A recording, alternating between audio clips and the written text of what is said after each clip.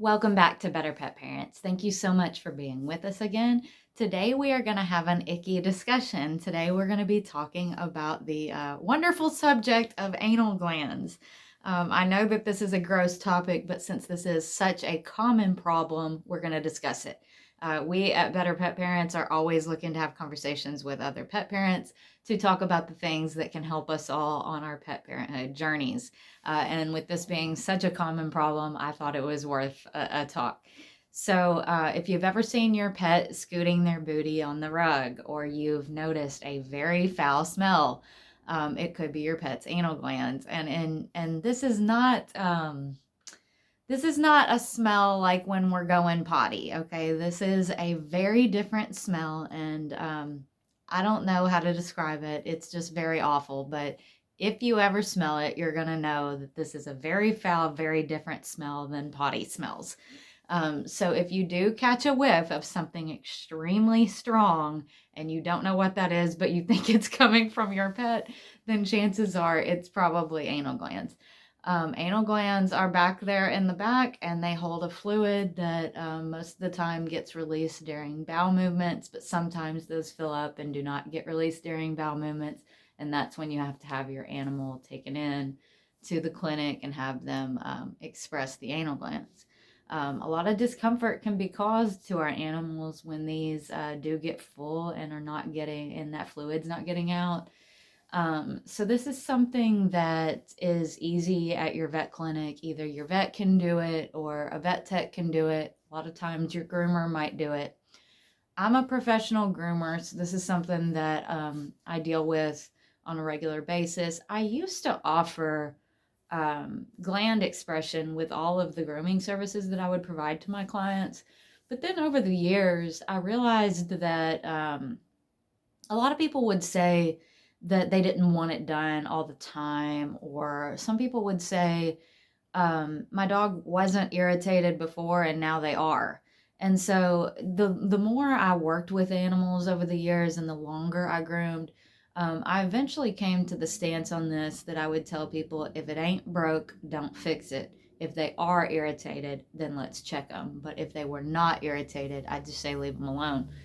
Because sometimes when they don't need it done and then we go and mess with it, they can become more irritated. So discuss with your veterinarian what's right for your pet's specific case, because I always preach here that every pet's case is unique. It's never one size fits all with any animal care discussion, and that goes for this as well. So it's always going to be whatever your pet's unique needs are. If you have a case that your veterinarian says, no, I want you checking them all the time, then that's what you should do. I'm just saying that the general stance that I came to have as a professional groomer was, if people would ask me to do it, I would do it. But if they would say the pet was fine, I would say, then let's just leave them alone. Also, your groomer may or may not be doing this internally or externally. Because I am not a medical professional, I have never offered this service internally.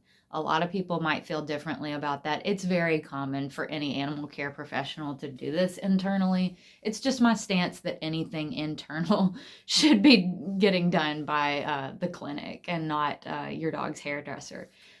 So your groomer might do it. It's nothing to, you know, be worried about if they do say that they do it internally. It's just a personal preference of mine that I don't. So when I offer gland expression to my clients' pets, I will tell them I only do this externally, and your groomer may or may not feel the same way.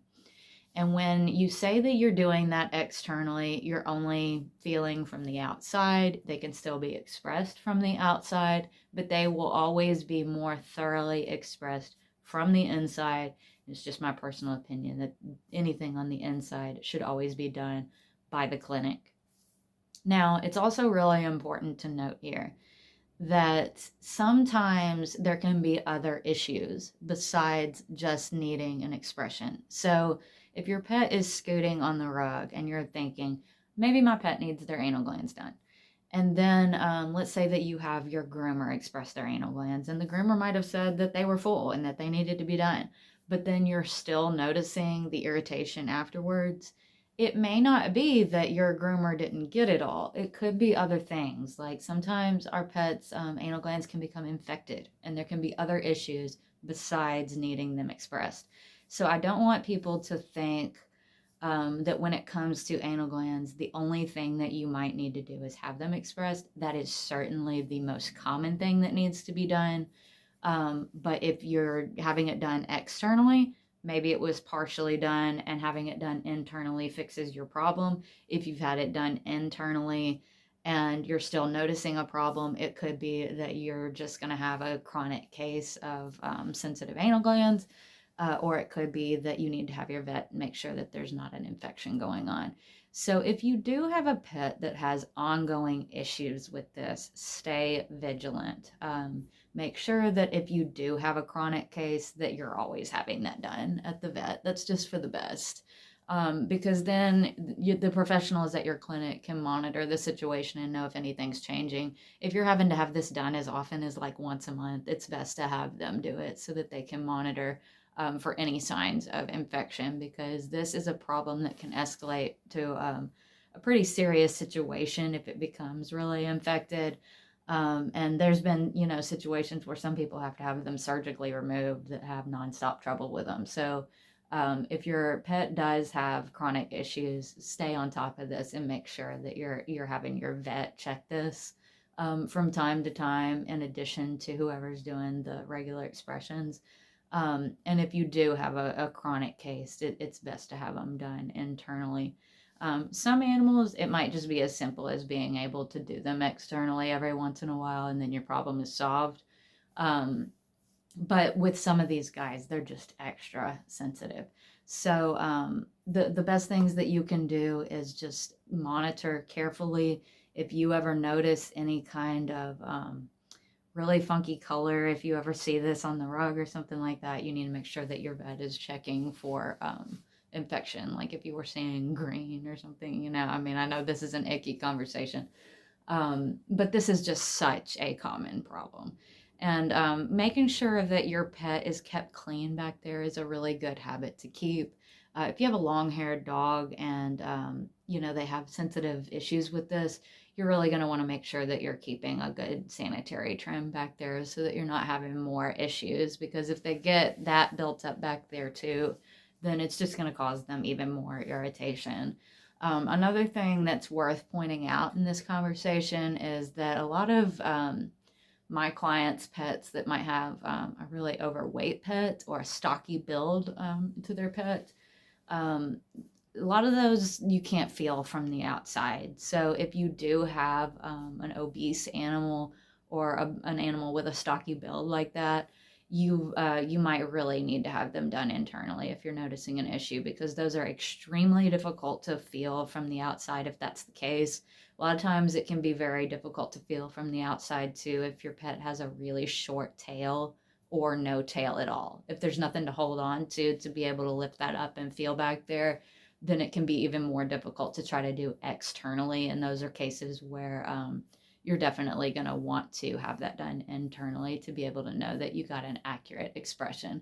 So when in doubt, have it done at the clinic so that you're not paying a groomer just to tell you that they couldn't get it all or something like that. And that if you're going to spend the money to have it done, that you know that it's being done internally.